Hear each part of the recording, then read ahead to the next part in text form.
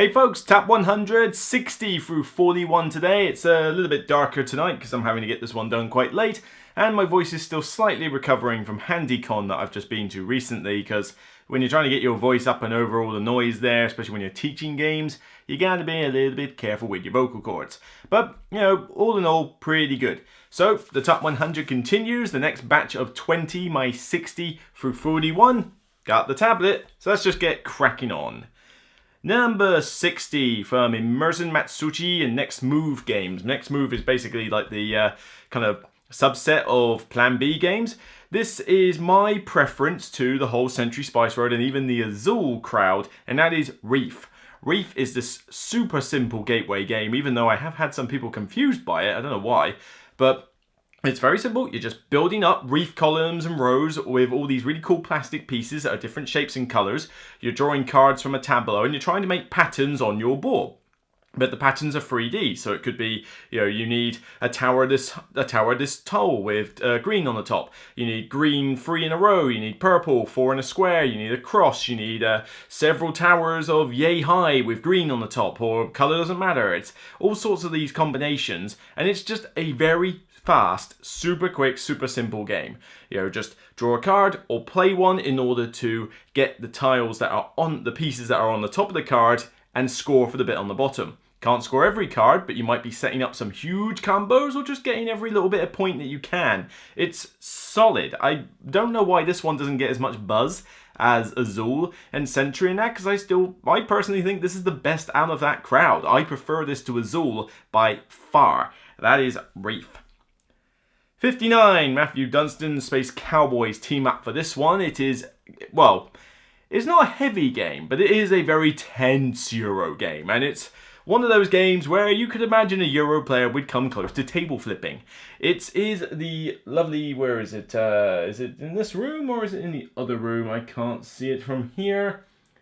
Oh yeah, it's right in the far corner, that's why. And that is ELYSIUM. ELYSIUM is still a hot Euro for me. It's out of print now, I think. I don't think you can get hold of it anymore. I haven't seen them want to reprint it. I don't know why, because this thing is just asking for an expansion with more gods in it. Essentially, you have these cards that you are collecting almost sort of Splendor style in a sense, but you're building up a tableau in front of you of which above your board are powers that you can use, whereas as soon as you put them underneath your board, they score in sets and it's a little bit of set collection. Quite simple. But the cool thing with this, that I don't think has been replicated in many games, is that you have 4 color pillars in front of you. The cost of a card is represented by those color pillars. But every time you take a card, you must have the pillars available in front of you. And when you take a card, you have to get rid of one of your pillars. It doesn't even have to be one you used. There's also a turn order tile that you must take on top of this, which will give you a bonus at the end and also dictate turn order. If you don't take anything, or if you can't take anything, you have to resort to a NAF card, or if it's a turn order thing, a very small bonus tile. It's super tense though, because you're like, ooh, blue and red, I can take that, but if I take that, I gotta get rid of one. Maybe green? There's not many greens there, I could get away with that. Hang on, when is my buddy going to take a turn order tile? He's only got red and blue left as well. He's going to take that one before me. He really is. And it's just super tense this year. Going round the table, so like, don't take my card, don't take my card, you took it! It's super tense, but super fun. It's got a bunch of god cards, so different cards appear in every game, hence it needs an expansion. Because even though there's plenty in the box to keep you going, it's easy to expand. Just add more gods, add more cards. There you go, nice simple expansion, that would be so good. Maybe even a second edition of this where you can basically maybe up the component quality in 1 or 2 aspects and, you know, do this massive bumper box with lots of different gods. It'd be great. Come on, Matthew, what you want? Number 58 is that my high? Of course it's not my highest. No. There's a higher Brian Lockett game than this one. This is definitely my second favorite, although let's see how the Kickstarter does, because it might surpass this one if it's anything like it, but better. And that is Near and Far. Near and Far is basically hello above and below. Oh yeah, hello, yeah. Poof. So we don't need above and below anymore because we have Near and Far, a story narrative driven Euro game where you build up this group of adventurers, you kit them out with like emus to ride and turtles, was kind of weird. Like, magic spells, and with the expansion, that is, go mining, put them in the shop, get them, kitted up, and then go off onto this Atlas board and do quests. And the quests can be, in arcade mode, it's just a card with a 50-50 choice. But if you do a campaign style game, then it has, like, narrative stories in the book and you read them. If it's a character campaign, it's specific to your character. If it's the big, long 11 game campaign, then it's a big overarching plot. But you get choices of what you want to do based on what skills you have, what adventures you have, make it harder or easier. You're collecting cool items in order to give you abilities and bonuses. It's one of those things that Above and Below felt like the story bit was really tacked on, but then the Euro bit wasn't that interesting to begin with. This one, though, makes the Euro part where you're in the village building yourself up very interesting, because it's all leading on to the fact that you are going to go out and do those cool quests. The whole thing just runs so smoothly. It doesn't take long to teach this game, really. It's pretty straightforward for those who are into most Euros, but it has a rich theme with a rich narrative. And of course, like with most Ryan Lockett games these days, in fact, all Ryan Lockett games these days, it looks drop dead gorgeous. Near and Far, Sleeping Gods is the Kickstarter I was referring to, and I gotta admit, can't wait for that. Alrighty, 57, and now we're moving on to a publisher I don't think has appeared on the list yet, actually, come to think of it. No, they haven't. This is their first game on the list. It's the lowest on the list. There will be more, but like I say, you're at 57, and that's your lowest. That's pretty good going. That is Ignacy Trzewiczek with Portal Games, and this is Imperial Settlers. Right there. A great engine builder game. This one has been expanded up the wazoo, but this is what 51st State should have been, really. I like 51st State fine, but Imperial Settlers kind of kills it for me. It's better artwork, more colourful, sort of cartoony civilization artwork, and in this one, it's an engine builder tableau game. You've got your board, you've got production buildings, and I think what the first one, feature buildings and like action buildings. And you have a deck of cards that's specific to your civilization. You can deck build if you really want from expansions, but personally I just shove everything together. And you draw cards, you're drawing from a tableau of cards, like drafting, from a set. And you play them, and it's basically like shenanigans with combos. Alright, if I put my Meeple there, I can get points as well as apple. If I go there, I can produce some wood. Hang on, I've just found this card. Oh, I could play that. And then I'll do this action first, and then go to this building. It sounds very mechanical, but there is a little bit of theme thrown in there. But it's a super smooth engine builder. If that's the sort of genre you like, where you start off with not much and then you start building up and up and up, and then you start having turns that are like multiple actions and multiple things to do, this is a game you will enjoy, and I love it to bits, because each civilization feels very, very different. The Egyptians play very differently to the Romans, who play very differently to the barbarians, and with what we got now, the Ingers and Amazonians and Atlantis and maybe one or two others I can't remember, but there's a lot of different races now. And the solo mode in this, very solid indeed. Just a very quick, easy solo mode where I can go, which civilization do I fancy playing today? This one, I want this one. It's solid, of course. When did it come, actually? I haven't mentioned any stats. Let's go back to those as I finish here. Well, Reef was new. That was a new debut. ELYSIUM has risen 2 spots, pretty steady. Near and Far dropped 9 places, and Imperial Settlers has actually risen 3 places. So, this batch of 20 is definitely going to be a lot more, I think, stable than other ones and that. But no, Imperial Settlers, getting back to the point, solid, well produced, really smooth, does the job nicely. Don't want to play it with 4 players per se, but with 2 or 3 players or even solo, I have a blast with this one. So before I go on to my next one, let's go back to the stats, because I apologise, I was kind of in a rush and I didn't realise I hadn't mentioned them. Well, there's only 3 new debuts on this batch of 20, so the rest are games that you've all heard of before. And in terms of movers, well, there's a few shakers, there's a few movers, but for the most part, I think they've been pretty steady. We've already had Reef as 1 new debut, so there's only 2 more left on this batch of 20. So this sort of games kind of have fallen from above, or have remained pretty steady in this batch of 20. So continuing on, 56 from Upper Deck. Oh, this has dropped. This is probably the biggest drop. In fact, it is the biggest drop on this batch. It used to be my number 13. It was a very high game for me, and it's still one I love, but it has a similar problem to the issue I had with the Marvel Legendary series before. It's in a big vault, I've got to get it out, sort through decks, and that can get tedious in that after a while. But this is definitely my go-to Legendary game, and that is Alien Legendary Encounters, the sequel, whatever you want to call it. It's like big long taglines after everything. I think it's just Legendary Encounters, an Alien deck building game, whatever. But it's the Alien one. I like the Predator one fine. I mean, you can see the empty box up there. And I have Predator. I have Firefly. I don't think I have Big Trouble in Little China and that lot. But, you know, these are the ones I want to keep.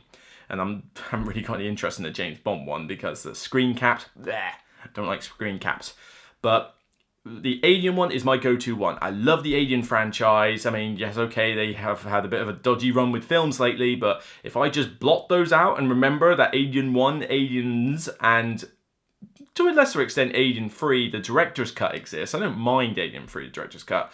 But certainly the first two Alien films are where it's at. The books, the computer games, love the Alien sort of franchise thing. And oh, Alien Isolation, best PC game for Alien ever.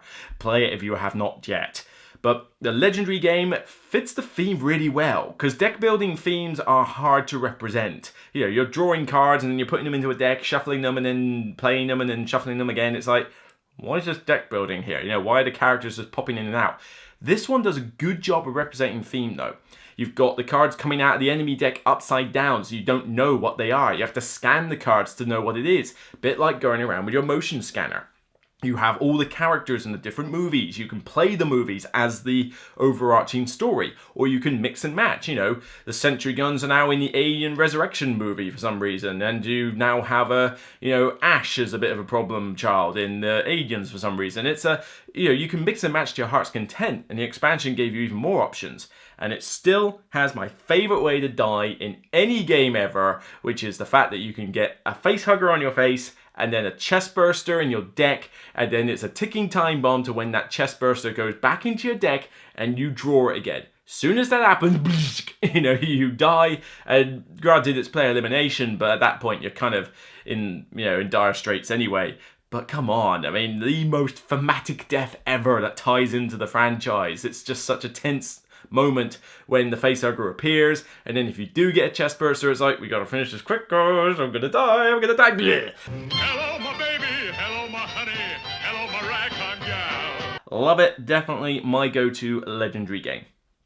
Okay, number 55, down 30 places. Yeah, this is kind of expected, because, I mean, I love the game, and it's certainly one of my favourite sort of gateway level games to teach, although I would argue maybe it's crossing a threshold about the gateway thing. A bit like, have I mentioned him yet?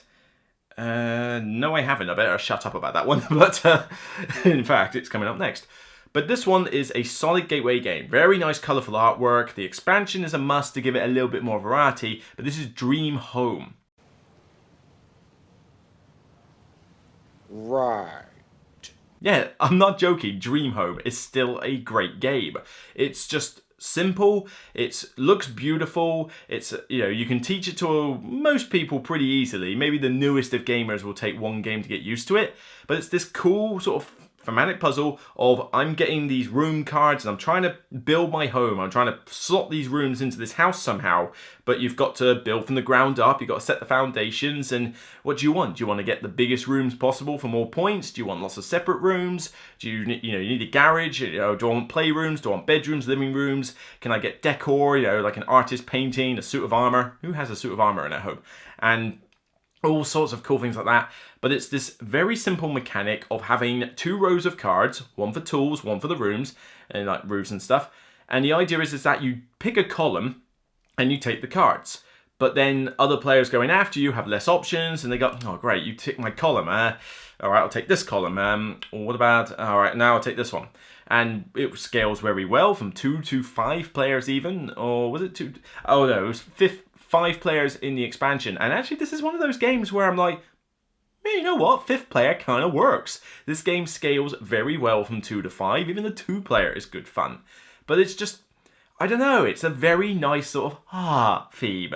You know, you're just building up a home, and then when you look at it at the end, everybody's got their home in front of them, and you just laugh at the stupid creations that people have made. You know, I have had ones where, you know, it's like, look, you've got the one bedroom, there's no playroom, there's no, kitchen or anything like that. And it's like, yeah, because this is my house. It's my house. It's got my games room. I've got a garage for my car. I've got, you know, my bedroom, my living room with a big TV in it. What more do I need? Oh yeah, and my sauna and hot tub. Come on, I don't need kids' playrooms. It's not my house. It's my dream house.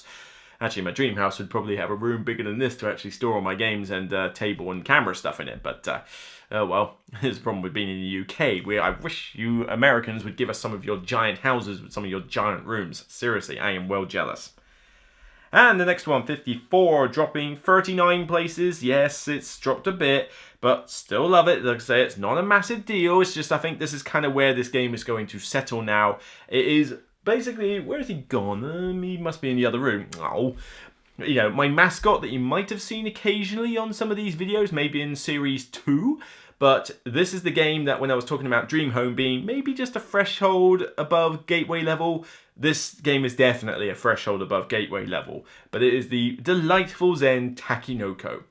Takinoko with the panda. You've seen me with that mascot. I love bears. Pandas are bears. I'll go with it. You know, but this is such a charming little game.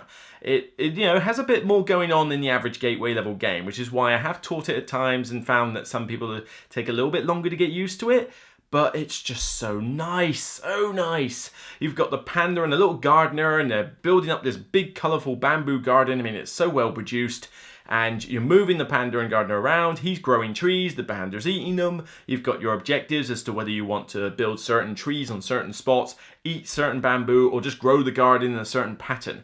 Simple, effective, but every time people look at it, they go, oh, little panda mini and little gardener thing, and oh, this is really nice, like little garden we met. And it just lightens the mood, like Tokaido did before. You know, this is just another one of those kind of Zen games that, you know what, we've had a long day of heavy games, guys. You know, need something a bit lighter? How about a cute little panda? I love the panda, but it's and you've seen my giant panda.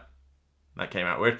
But, you know, it's such a cool game. I love it. I reckon it will settle around here. Maybe it'll drop a little bit more as more games come out. Who knows? But nothing really comes close to being like this game. It just works on so many levels. Takinoko. Or Takinoko.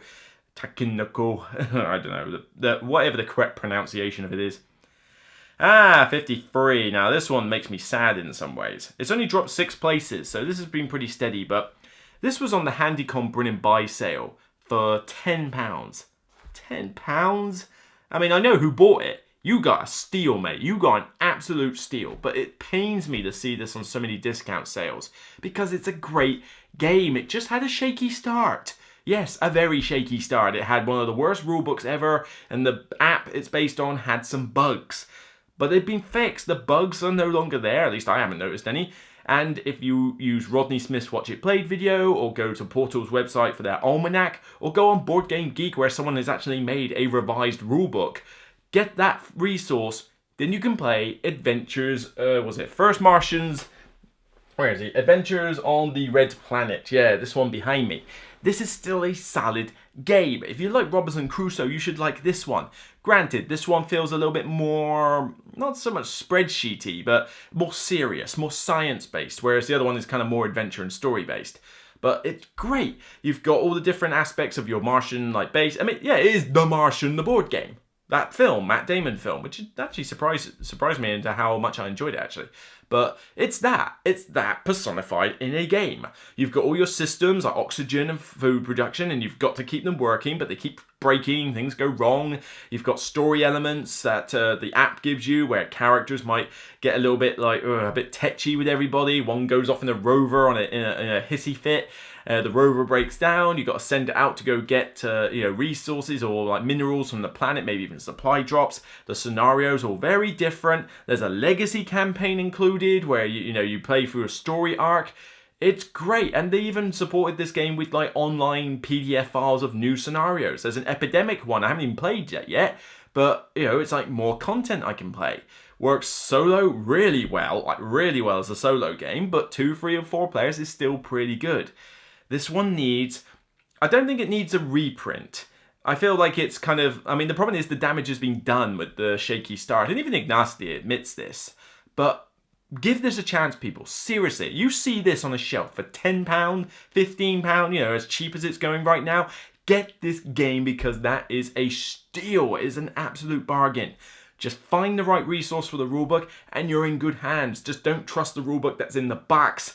And that's all you need to be aware of. I bought this at a time when the bugs had been fixed and I knew about the bad rulebook, but the almanac had been printed. So I learned from that and Rodney Smith's video. That's all I needed. But I know that somebody on Board Game Geek has done a revised rulebook. I've had a look at it. I forget the name, but you know, you should be able to find it on there if you just search through them. And it's a pretty good revised rulebook. Not talking Paul Grogan levels here, but you know, it's certainly decent enough that you could learn the game from it. Seriously, give this one another chance. First, Martians. Next up, Antoine Bozers. He's already made the list like 2 minutes ago. Now he's back on it with Repost Production. It's climbed a space. So this means that this will be my number 1 next year. Yeah, no, not quite, but it's still holding pretty steady. And that is a solid, oh my god, hard co-op game, Ghost Stories, which is currently still sitting over there with the expansion White Moon in it. This is a solid co-op. Looks beautiful, looks great, but my god, it is hard as nails. This thing is literally like opening the lid out of the box, and as soon as you open it up, a hand comes out and slaps you around the face. No, that's how difficult it is. You are 4 monks on this sort of tower defense square of tiles, fighting back ghosts. All these different ghosts have different abilities, like fantastic artwork. I mean, who's the artist in this? Can I see? I can't remember, is it Palo something or Serge Leger? I can't remember, but it's a really nice looking art. And you know, in this, you've got to roll dice in order to get the symbols to beat the ghost back, or you can use tokens. And preferably, you should use the tokens. But of course, you've got to get the tokens while keeping them back. It is one of the first tower defense games I think I played, but it's still just a good, fun setup. You know, the locations will be different.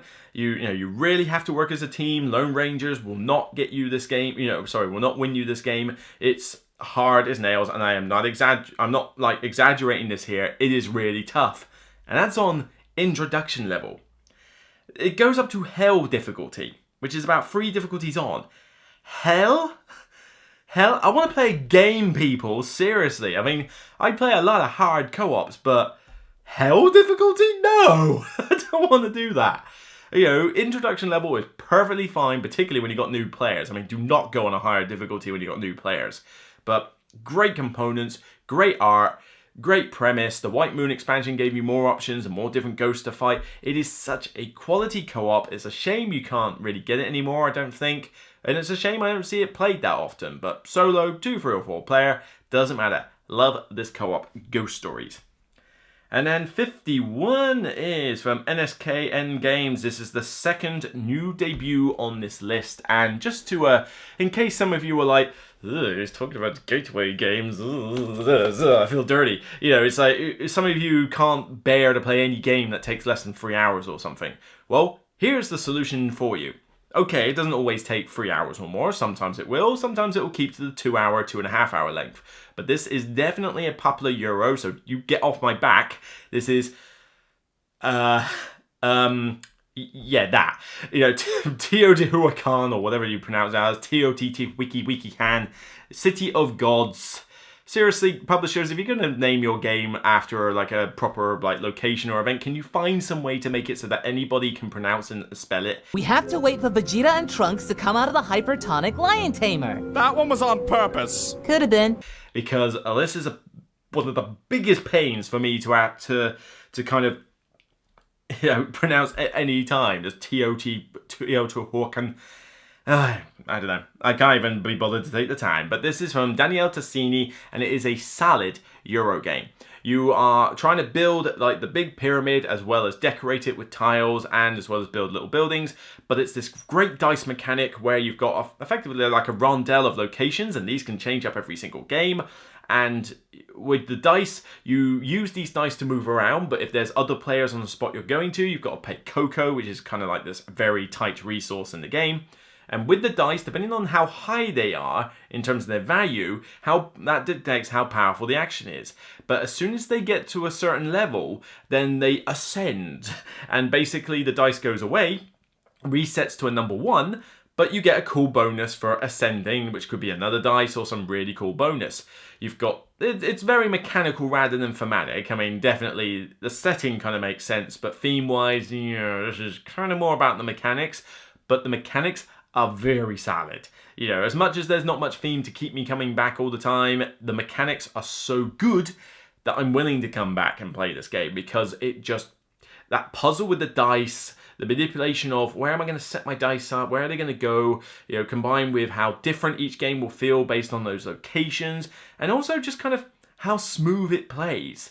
It's not a complicated game to teach or, you know, kind of learn really, but to grasp the strategies of how you play and do well, there's the tricky part. And, you know, you may not know the ramifications of your actions until much later in the game. But, you know, you'll have fun playing it, and then you'll probably want to try it again with a different layout, different technologies that you can grab, and see what happens, what other combos you can make. Solid game, can't wait for the late pre-classic period, or whatever stupid name they came up with for it. Honestly, it really is a bad title for an expansion, but played the expansion, it's a solid one. Cannot wait for it. It balances out a couple of minor issues with the base game, adds a new pyramid you can go after, some player powers. Cannot wait. I think it's going to be a solid expansion. My number 50 has dropped, where we got 22 places from 28, and I think this one is going to continue to drop. The game is fantastic. I love it. It is a brilliant two-player game. It is a long, involved, heavy two-player game. It is definitely well thematic. It is like, oh yes, it's great. Problem is, two-player games that take about 2 to 3 hours to play are very difficult to get to the table, and that is Star Wars Rebellion over there. This is a great game. I love it. It is the Star Wars movies in a box, no questions asked. You know, Empire versus the Rebels. The Empires are hunting their base down, whereas the Empires are trying to hide their base, do hit and runs, and build up reputation long enough so that they can reach a certain target level. Whereas the Empire basically has to find their base and wipe it off the face of the map. So both have got very different styles of play. It's dropping because it's very hard for me to get this to the table because of its length and its involved complexity. In fact, if I was to break it out now, I'd probably have to relearn the rules because I've probably forgotten them by now. You know, there's a lot of rules and it doesn't get played very often. So it's going to be interesting to see how long this stays on the list, but you know, it's still a phenomenal game. When I do get to play it, and it is rare that I get to play it, hence it is dropping, but it is just a fantastic two-player. You like Star Wars, you like two-player games, you want something a bit more longer and heavy, then why do you not have this game already? It is basically screaming out to you to buy it. Star Wars Rebellion. In fact, is that the only Star Wars game on this list? It could well be, actually. I'm not aware. Maybe I'll eat my words later on, but no, I don't think there's any other Star Wars game on this list. You know, Star Wars is an IP I like, but it's not like it's the be-all or end-all. Oh no, sorry, there was Star Wars Outer Rim. So, alright, tell a lie. There's 2 Star Wars games on this list. But I'm pretty certain that's it. Oh well, we'll see. Number 50... No, we're not in the 50s anymore. Alright, well, like I say. Oh, top half. Here we go. 49 continues with Mysterium. Mysterium has... Oh God, I'm losing my place on the app. It's fallen 26 places from 23. Still solid for me. And like I say, it's still on my shelf going strong. People think that Deception, Murder in Hong Kong killed this game. I don't think it killed this game. I mean, they're both separate enough in their own regard that they can exist together. But I believe Mysterium killed... Well, it hasn't killed Dixit, because, like I say, I still have Dixit on my top 100, but certainly this one gets played more than Dixit does. But Mysterium is this fantastic amalgamation of Cluedo with Dixit. You know, the good guys, these psychic detectives, have to find out from the ghost who the murderer was, where the location was, and where the weapon was. You know, Cluedo. But the ghost can't talk and has to give them clues as to which persons they're looking at and which weapons they're going after based on Dixit-style artwork cards. The game has been designed with these cards in mind, so if you want to play this on, well, put it this way. Easy mode, don't even bother, it's a cakewalk. Play on medium mode. Medium's a good, happy medium, no pun intended, but you know, it works well for introduction games and for just playing at a decent pace. Hard is very hard. I warn you, you know, only being able to use one crow makes it very difficult for the ghost. And if you want to play this on impossible mode, mix Dixit cards with this game. Because the Dixit cards are not designed for the stuff that you are seeing in this game. Believe me, it makes for a very difficult, but also somewhat hilarious game. You know, you can do what you like with it, but it just sings. It is gorgeously produced. I mean, the artwork is sublime in this game. It looks beautiful on the table. It has presence. People see the screen, which is one of the best, almost like sort of Dungeon Master-esque screens ever. It's just so good. And it's easy to pick up. I mean, everybody knows about deduction, and everyone's probably played Cluedo at some point in their lives. They've just got to deal with the cards. And, you know, the ghost has got the hardest part. And I like playing the ghost. It's my favourite character to play in Mysterium. So, works both ways. I get to teach a great game, new people get to enjoy it, and I get to be the ghost. Fantastic win-win situation. Number 48, and we're up to the last new debut on this list, and, well, for this batch anyway. Granted, this would have been on previous lists had I played it more often, but I only really played the card game a few times, and I was kind of like, yeah, I like it fine, but I didn't know what to think of it. Then I kickstarted the, Big Frontiers box, and granted, that might have been a mistake, because, you know, there's a lot of cards in there, and I don't get to play it as often other than solo. But really, the main reason this shoots up the list is that the app is fantastic. And that is Star Realms. Star Realms is a great deck builder game. Super simple, super fast.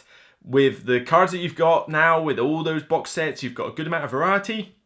Even though games can play out the same in some respect.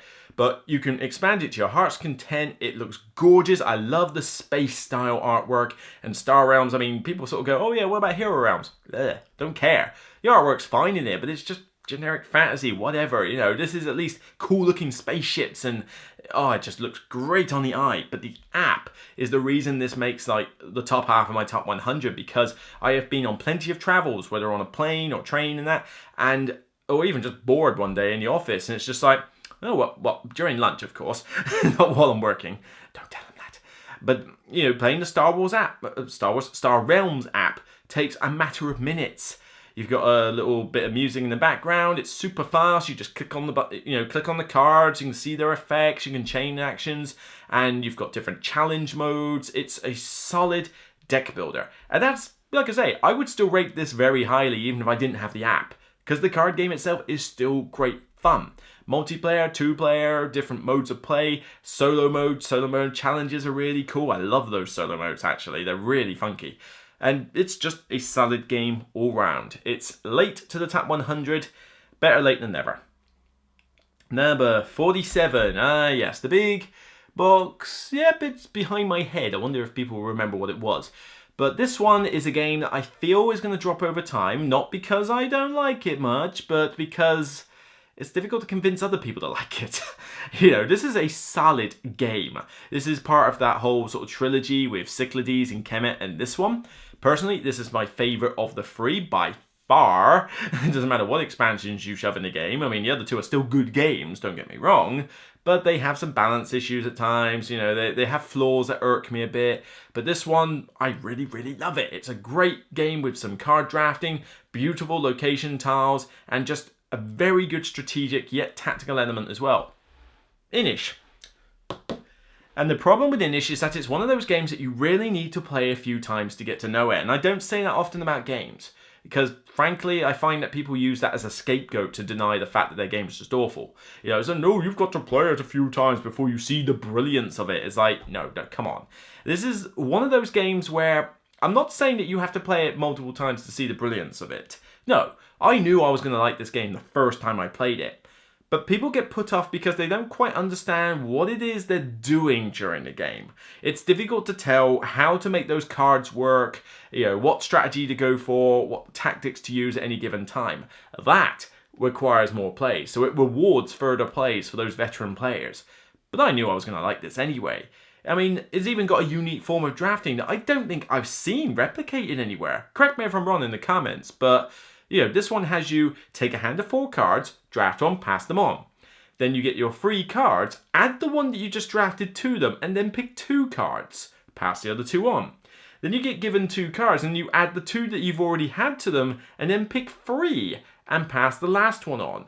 So what happens is that this gives you the opportunity to change your mind about a previous drafted card.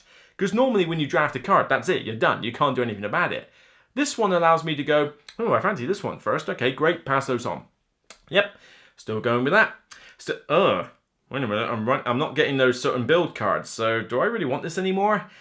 Well, I suppose I could get away if I start moving and exploring over there. So, alright, you know what? I'm going to pass that on and keep these cards instead. I love that choice. You've got these other cards you can collect. You've got a card for each location if you control it. Multiple winning conditions that you can aim for. And this cool kind of like, almost like a chess type thing of checking, where you announce that you are about to win the game and everybody's got to come and get you, and it just creates those great moments of excitement and tension. The expansion, Seasons of Inish, I have not got to the table yet, but from what I've read from the rulebook, what I'm seeing in it, it's going to make this game even better. Problem is, and why it's dropping on the list, is because nobody else wants to play it. They've either not liked it, or they don't quite understand it, or don't like the sound of it. It's like, but come on, it's a great game. Give Inish more of a chance, people. Number 46 from Level 99 Games, dropping 13 places. This one I think will hold pretty steady. Its main issue that makes it drop a little bit is the fact that it is quite a heavy, long game. Pretty fiddly in certain places because it is level 99, which means it's got so much stuff on the table. But for one of the most unique thematic Euro games I've ever played, ARGENT the Consortium is a solid game. This one has, like you being deans of, the dean of a university has mysteriously disappeared, and you as the teachers want to get in on the new dean position. But a consortium of characters is voting on who they want to be the next dean, and each one has a separate criteria. It's all face down though, so you have to do stuff during the game to find out what they want. One wants lots of mana, one wants lots of spells, one wants lots of items, that kind of thing. And they'll change up every game. You won't see all of them, so you've got to think, he's hoarding a lot of money over there, so I bet you one of them requires money. Do I try and beat him to it, or do I decide maybe I just let him get on with it and just move on to a different one? At least I know that one of his is one that wants coins, so you know what? I'm going to look at this character and see what they want. Ooh, green supporters. Okay, fair enough. I'd better go collect a few of them, but don't tell anyone. I'm just collecting greens here. You've got that kind of deduction / bluffing mentality. But on top of that, the options in this game are just ridiculous. I mean, you are buying spells with multiple levels. You can level them up and they're different, they have different effects. You've got the different schools of magic. Your workers are different mages. So some are defensive, offensive, utility, defensive, that kind of thing. And you've got all the rooms. The rooms are different. The items are different. The supporters are different. Oh my god, the variety in this is ridiculous. And then you add the expansion to get another school of magic, more cards. Oh my god, the variety in this is just off the chain. Main issue, why is that box way too small? Seriously? And I've had to pimp the money in this game because the money that came in the box was horrendous. But the game itself, wonderfully thematic, but pretty involved in heavy Euro. Okay, 45, Bruna Kafala makes a return to the list and only dropping 3 places. This is very steady. This one is Citadels 2.0. Citadels is already a great game, and I think I've already talked... Have I talked about it already? No, I haven't. Is it even on the list? I'm not so sure. But this one is the second version of what Citadels did with the whole role selection thing, and it is Mission Red Planet, specifically the second edition. The first edition I never played. I was waiting ages for the second edition to come out, and when it got announced, it's like, yes, I can finally play this game, and it's amazing. This is like, a simple role selection mechanic combined with area control. It is superbly well produced with all these little miniature astronaut minis and that. It's wonderfully cutthroat, but at the right levels, because everybody's vying for control over this place, so nobody's getting dicked on, too much. But you know this going in. It's going to be, I want this place, you get out, you can do sort of nasty stuff. But the timing of the role selection, like you count down from 9 to 1, and it's like, who's got the 8? Nope, 7, 6, got it, resolve the power. 5s, oop, 2 people have done it, resolve the power, and as you cram in astronauts onto ships, they fly off, go to Mars, land on various locations, mine the resources, get victory points, but it's a very simple, smooth game, super slippery smooth, and it's pretty quick. I mean, this should be a 90-minute game tops. You've got 10 rounds, and they go pretty quickly. You know, you've got 3 bits where you score up with minerals, you've got some endgame objectives, but the turns are pretty quick. The rounds are pretty quick. You know, it's not gateway level, by no way, but it's a very solid next step. If you thought Citadels was maybe a little too easy for you, or you wanted a bit more meat, get Mission Red Planet, you will not be disappointed. Okay, and let's see, ooh, lost my place. Here we go, 44, dropping 8 places to kind of meet its cousin, or brother, whatever relationship you might want to use. This is Ignacy Trzewiczek and Portal again, and this is what I was talking about when I mentioned First Martians. The one that people tend to prefer, and for now, me as well. Where have you gone? There you are. Double box there, Robinson Crusoe with the Mystery Tales expansion as well. Now the expansion was kind of, it's okay, but it was not exactly as groundbreaking as I hoped it would be. But it still added more content, it gave me another way to play the game, some more scenarios and a campaign. Hey, I played it, I enjoyed it, not a problem. But Robinson Crusoe in general, it's got all the different scenarios. You crash on this island, you've got to survive against cannibals, or just build a log signal fire, find a volcano tube, get off the island before it explodes, you know, accept your fate and just live like Swiss Family Robinson. There's so many like cool story elements that just come out of the play when you're doing it. Like you find some berries on a bush, do you eat them? Yes. That was very nice, get a little bonus, and then in the deck it goes, you draw it later, and suddenly you get food poisoning. It creates really fun moments like that. And if you go on YouTube and watch the Dice Tower Learning Robinson Crusoe, they did a video at a con where Ignacy Trzewiczek teaches the Dice Tower crew, or mainly Sam Healy, who had never played it before. Watch that video, it is one of the funniest playthrough videos I have ever seen. You know, it is fantastic. But this game is still solid. The second edition is definitely the one to pick up because firstly, you can understand the rulebook, but it's quite an involved game. You've got to keep up check with those rules. But of course, Rodney Smith's logo is on the box as well, so you can always go watch his thing as, on top of it. Great game, thematic, hard as nails, but so much variety, still solid, and just beating First Martians to the post, and that is Robinson Crusoe. Whew, I'm running out of breath. What have we got here? 3 left. This one has risen 3 places actually because I have taught it quite a lot in gateway scenarios and it is working well as it ever did. This is a racing game. Is it my favorite racing game? It could well be actually. I don't think there's many racing games on this list, but I think this is my favorite, and that is Snowtails. Snowtails, brilliantly simple. Your dog sleds, you're racing up this mountain, try and get to the finish line. Dodge trees, dodge ravines, that kind of thing. You're playing cards to manipulate the 2 dogs in front of you and your brakes. Very straightforward, very quick. But it's great that you're trying to keep your dogs in sync to go straight. But as soon as one dog pulls harder than the other, then you start veering off to the side, and suddenly you end up like crashing into each other or into walls, or narrowly like it's like wrecking your sled as you try and like U-turn around this massive chicane. It creates great little moments, but it's just chaotic fun at times.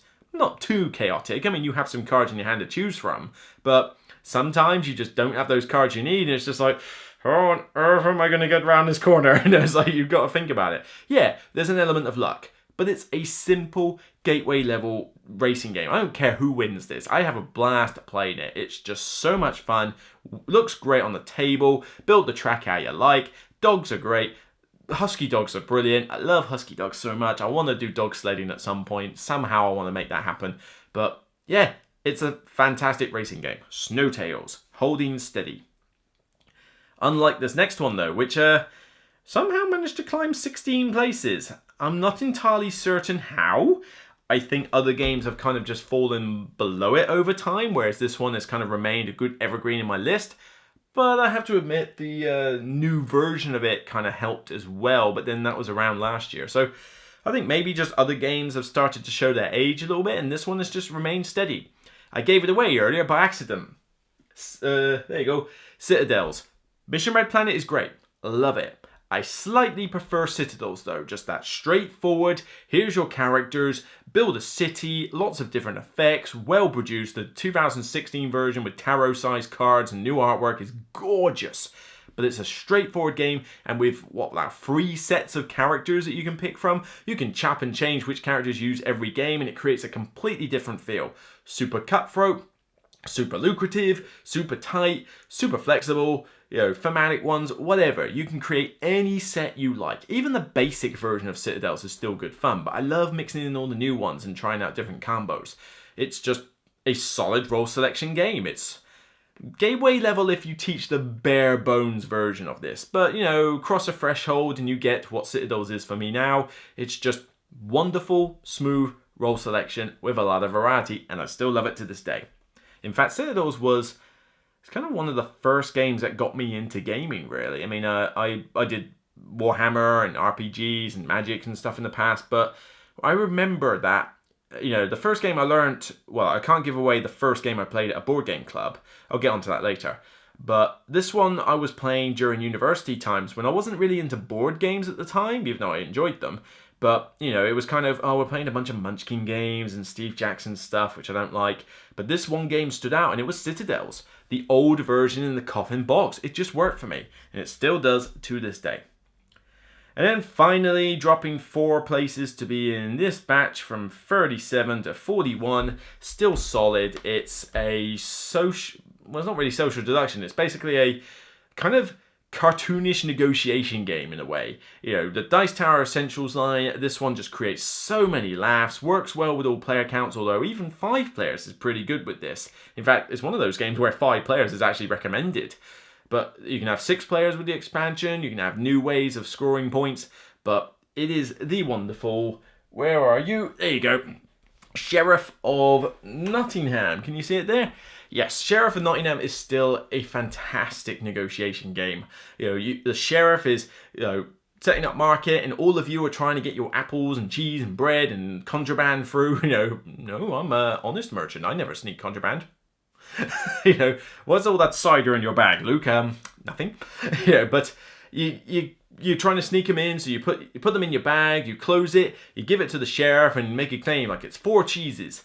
And then 3 bread and also 4 cheeses. It's like, hang on a minute, how many cheeses? It's like, and then you're just constantly negotiating back and forth, offering little bribes. The sheriff's trying to role play it up and like trying to threaten, like, I'm going to open this bag. I'm going to open this bag. You pay me, or I'm opening this bag. I'm reading your face, mate. I know you're a liar. Well, how about I pay you $1 not to open mine, but I'll even sweeten the deal. $2, but you got to open his bag. You can create great moments like that. Now, it's not perfect. It's very group dependent. I have played this game with groups who get into the theme, who do the bribing, who do like great talking sessions, and it is a blast. I have, unfortunately, played games where basically all the reaction you get from everybody is just, do what you like. No, not paying you anything. You can open it, you can not open it. Yeah, there you go. Do something! Do something! Do something! I have played games where people just did nothing but that. You guys are boring. Don't play Sheriff of Nottingham anymore. Seriously, it's like, that is not how you play this game. You gotta get into it. You gotta roleplay and ham it up. You gotta do bribes. You gotta like make gestures. You gotta do all sorts of weird and crazy stuff. It is a great like thematic negotiation game, and I love it. Sheriff of Nottingham. Whew. There we go. Another 20 games for your pleasure. We have another batch of 20 coming up, the 40 to 21. Oh, there's a lot of stuff there. I mean, 1, 2, 3, 4, 5, 6, 7, 8. 8 new games in my top 40. Well, there's more new games after that, but I mean, this next batch of 20, 40 to 21, 8 new games. It just shows that a lot of really good stuff has come out and other stuff is starting to show its age. But yeah, I think you're going to like the stuff that's on this next 20. If you didn't like this 20, you're going to love the next lot. I guarantee it. And then after that, we'll do the top 20 in 2 batches of 10. But I'm not going to spoil anything about those just yet. So, yeah. there you go. Get it right, my 60 through to 41. Hope you're enjoying the Tap 100 so far. I can tell from the feedback on the other 2 videos that you are. Thank you so much for watching. If you like what you see, please click the subscribe button. We've already hit a milestone of 7,000 subscribers, and I think we're already at 7,050 plus when I record this video. You know, how long before I can get to 10,000 subscribers? That would be such a milestone. Although, to be fair, first off, I would like to get to 9,000 subscribers, because then I can do the Vegeta joke on that one. It's over 9,000! You know, let me get to that one first, and then we can get to 10,000 afterwards. How about that? So that's it for me. I'll see you on the next video, and remember, doesn't matter if you like these games or you hate these games. I want to hear your thoughts in the comments. Just remember, it's only a game. Take care. I'm going to go rest my voice, and I'll see you on the next video.